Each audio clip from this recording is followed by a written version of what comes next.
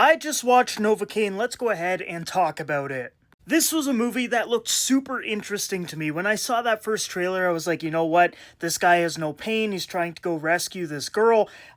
This is going to be like a bloody rated R action movie with some comedy. It looked really, really good. And I will say I had a good time watching the movie, but I wasn't blown away. I've seen some people give this movie like glowing reviews, but honestly, I didn't feel that way. I still thought it was good, but it definitely had some issues, which we are going to talk about because we're going to talk pros, cons, and then I'll give you guys my rating out of 10. So let's go ahead and get started with the positives. So my first positive is Jack Quaid. I think he does a great job as Nathan Kane. I think he's really charismatic, he's really likable. And I really liked Amber Midthunder. She plays the love interest in this movie. I believe her name is Sherry. And I bought the romance. Their chemistry was good. Everything was solid right at the beginning of the movie to make you really care about the two leads. I do wish they did a little bit more with the romance, though. It kind of happens really quickly at the beginning and then kind of picks up again near the end. But nonetheless, I think Jack Quaid and Amber Midthunder both did a great job in this movie.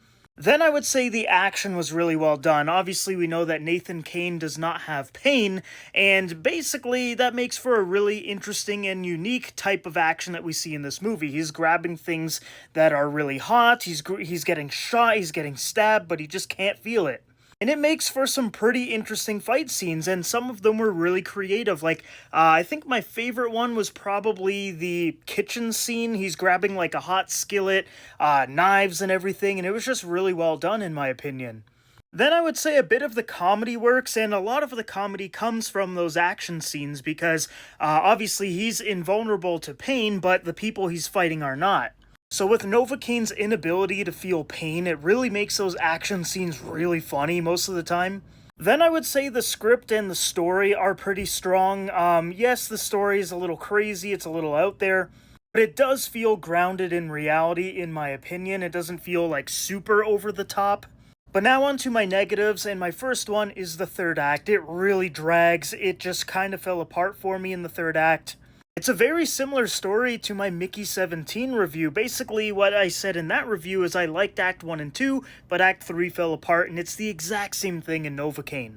Act 1 and 2 was interesting, we get to meet Nathan Kane, understand his disability, and then we get to meet him and Sherry and go on that little journey, and then she gets kidnapped, and it's all really, really interesting. It's paced really well, but then the third act, whew, it was significantly weaker than Act 1 and 2. It just got a little bit too crazy, a little too bonkers, and the pacing just really didn't work for me. And then on top of that, we've got a somewhat weak villain, I would say. There is a bit of a twist with this character, but honestly, he just didn't really feel that menacing. He didn't really have, a bombastic personality or anything like that. He just felt like a generic thug. And I think if they made him a little bit more unique, he actually could have been a pretty cool villain. But he just felt too generic for me. Like, there needed to be some kind of thing that really sets him apart from the other thugs, but realistically, he's pretty much the same as the other two, besides a bit of a connection and twist in the actual story overall. Then I would say the movie feels really small scale, and I understand most of that is due to the story being really contained, and the budget obviously was not very big either. The reported budget is $18 million, so it is a very, very small-scale movie. And it shows. Like, for example, there's not a lot of police in this movie. There's not a lot of different characters. It's really like a small cast. And I feel like if this movie had a bigger budget and it was just a bigger story overall, I think it could have been really, really good.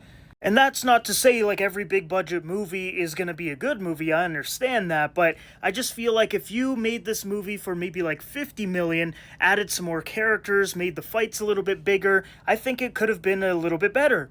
So yeah, guys, I still enjoyed Novocaine, don't get me wrong. Like, yeah, I said a lot of negatives, but I still had a good time with it.